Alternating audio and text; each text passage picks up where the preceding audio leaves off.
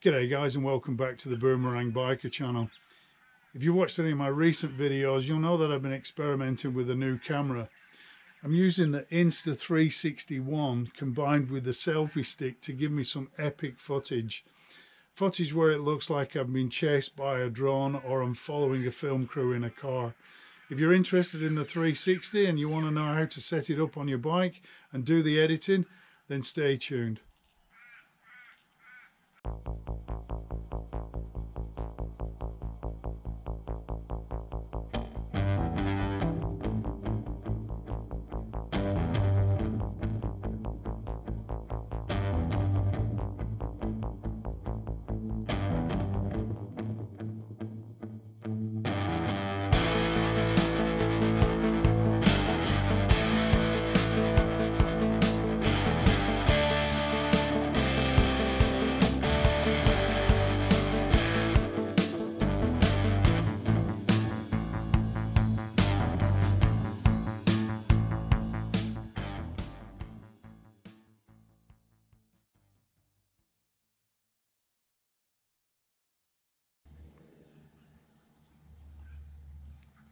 Okay guys, before we look at the various mounting positions and camera angles, we'll take a quick look at the clamp here and how it's fastened onto the bike.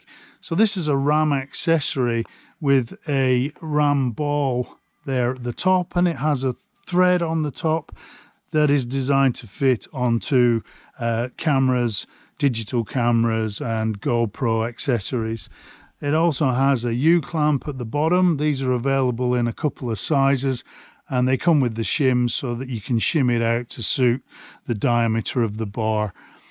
So onto that we fix our Insta selfie stick. This is the official Insta selfie stick, and it's 1.2 meters long, and you'll see that it also has a corresponding thread or female thread on the bottom, and that simply screws onto there, and then you tighten it up into position, and it's as easy as that. Now I've got 3 or 4 of these accessories or U-clamps dotted around the bike, and then I just unscrew this and move this around with the selfie stick depending on what position I want.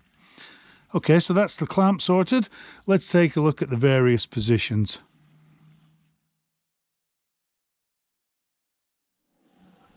Okay guys, let's take a look at the first mounting position and camera angle. This is perhaps my favourite position for mounting the camera, as it gives you footage that looks like you're following a film crew in a car, especially when you extend the selfie stick right out to the full 1.2 meters. Let's take a quick look at that.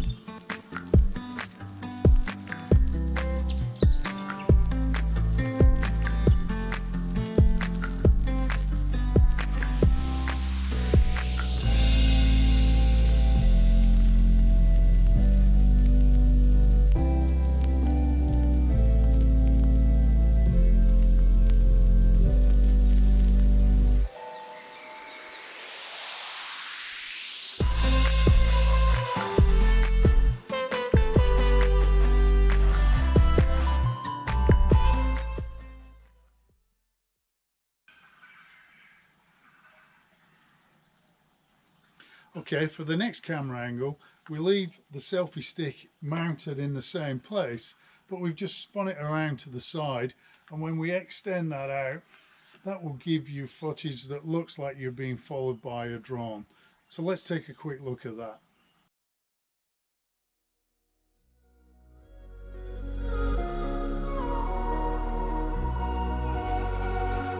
You are the one, all that I care for. You're standing strong, never losing ground. Never alone, you always will be there. You make me feel I'm the lucky one. Wherever you go, I will follow. I wish you were here by my side. I promise we'll be so much better. We'll make it this time.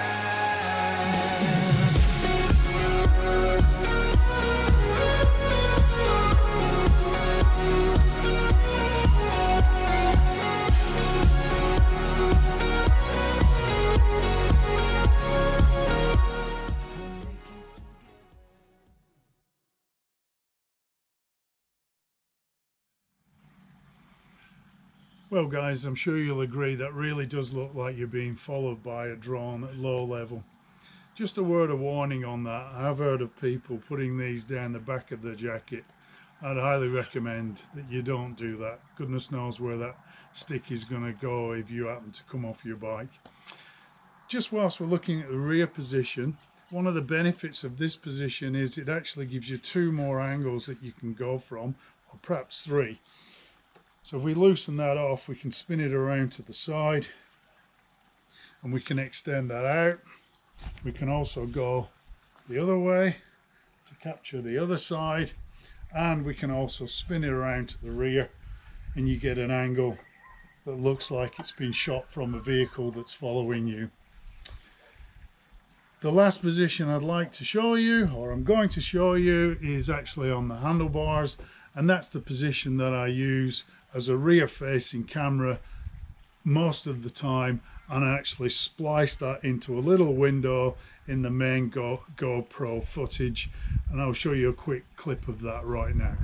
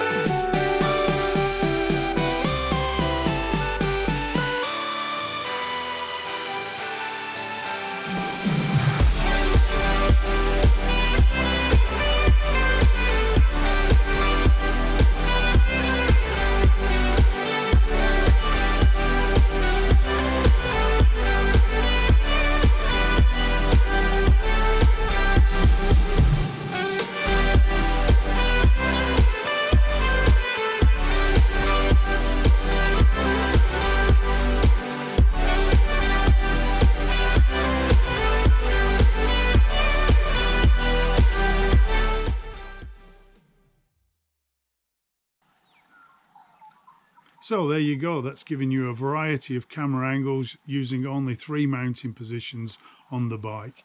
In the second half of this tutorial, I'm going to show you how to edit the footage using the Insta360 Studio package so that you can publish your own videos on YouTube.